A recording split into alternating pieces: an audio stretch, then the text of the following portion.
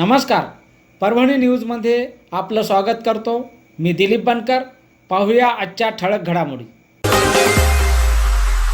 परभणी जिल्हाधिकारी कार्यालयासमोर दिनांक 8 डिसेंबर 2025 रोजी बेमुदत धरणे आंदोलन. मौजे पिंपरी रोहिला तालुका जिंतूर परभणी यांनी दिनांक 21 ऑक्टोबर 2025 रोजी झालेल्या जिहादी हल्ल्याच्या निषेधार्थ हिंदू पीडित परिवारास दिनांक 8 डिसेंबर 2000 पासून परभणी जिल्हाधिकारी कार्यालयासमोर आमरण उपोषण सुरू करण्यात आले आहे. दिनांक 21 ऑक्टोबर रोजी दिवाळीत लक्ष्मीपूजन दिवशी फटाके वाजविल्याच्या कारणावरून मौजे पिंपरी रोहिला तालुका जिंतूर जिल्हा परभणी येथे गावातील जिहादी मुस्लिम व्यक्तीकडून हिंदू परिवारांना मारहाण झाली होती. त्या मारहाणीत श्री मारोतराव डुकरे यांचा मृत्यू झाला. या घटनेनंतर 16 परंतु आणखी संपूर्ण आरोपी अटक झाले नाहीत. तसेच या घटनेला 1.5 महिना होऊन सुद्धा आपण महाराष्ट्र राज्याचे मुख्यमंत्री तथा गृहमंत्री म्हणून आम्हा गावकऱ्यांना भेटही दिली नाही आणि कोणतीही मदत केली नाही. यामुळे आम्ही आपल्यावर नाराजी व्यक्त करून निषेध करतो.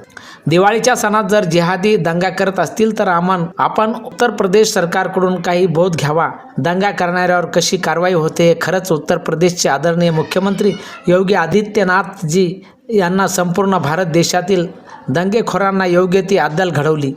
त्यांची संपत्ती जप्त करून त्यांच्या 7 पिढ्यांनी सुद्धा दंगा करू नये असा सबक दिला. या धर्तीवर आपणही निर्णय घ्यावा अशी मागणी यावेळी करण्यात आली आहे. मुख्य मागणी, आरोपीला फाशी झाली पाहिजेत. 21 ऑक्टोबर 2025 रोजी झालेल्या हल्ल्याची CID आरोपीची संपत्ती जप्त करून पीडित परिवारास मदत करावी. प्रकरणाचा निकाल लागेपर्यंत एकाही आरोपीची जामीन करू नये.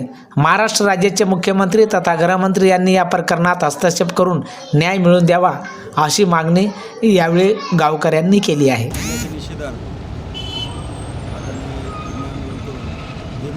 सुरुवात केली.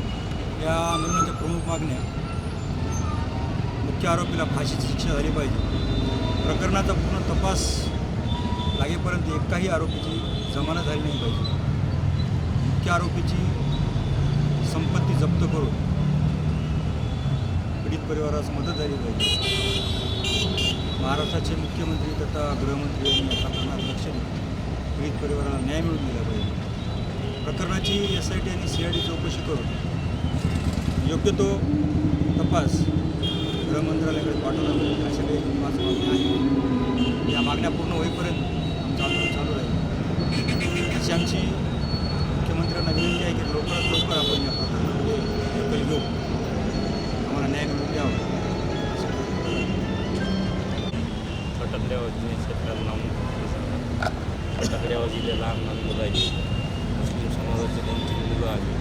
त्यांनी गावाजवळ शिवा वगैरे दिले. त्याचं रूपांतर मोठ्या ह्याच्यात झालं. त्यांनी घरी जाऊन सांगितलं की आम्हाला जास्त झालं आणि या हल्ल्यामध्ये आमचा निष्पाप माणूस मारला गेला.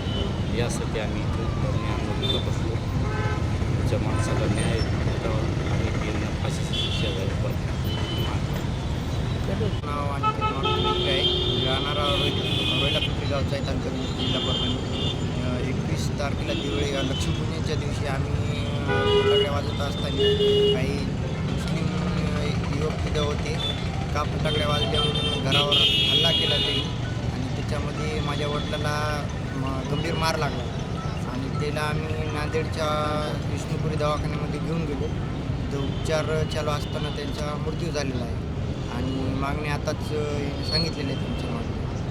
जोपर्यंत आमच्या मागण्या पूर्ण होत नाहीत, जोपर्यंत मुख्यमंत्री साहेब याच्यामध्ये दखल घेत नाहीत, तोपर्यंत आमचं आंदोलन चालूच राहणार आहे.